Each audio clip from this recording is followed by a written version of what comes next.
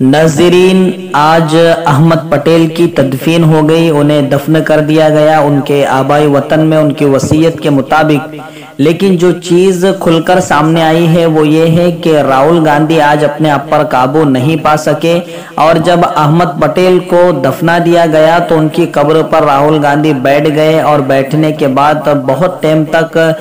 गमगीन नजर आए और इसी तरह वहाँ उनके अंदाज में हाथ जोड़कर बैठे रहे और उसके बाद बहुत ज्यादा देर होने के बाद वहां से उठे। दूसरी चीज ये देखने में आई कि उनकी बेटी ने ये कहा कि हमारे वालिद साहब ने वसीयत करके गए हैं कि जिस तरह मैं अपनी जिंदगी में गरीबों की मदद किया करता था इसी तरह आपको भी करते रहना है, गरीबों की लाचारों की मदद करते रहना है। तो ये कहीं ना कहीं दो सिफतें ऐसी देखने में आई है कि राहुल गांधी जैसा शख्स अहमद पटेल के जाने पर बहुत ज्यादा गमगीन है और ये कहीं ना कहीं अहमद पटेल की ईमानदारी के साथ पार्टी में अपनी ड्यूटी अंजाम देने का नतीजा है। और दूसरी चीज जो नजर आई कि जिंदगी भर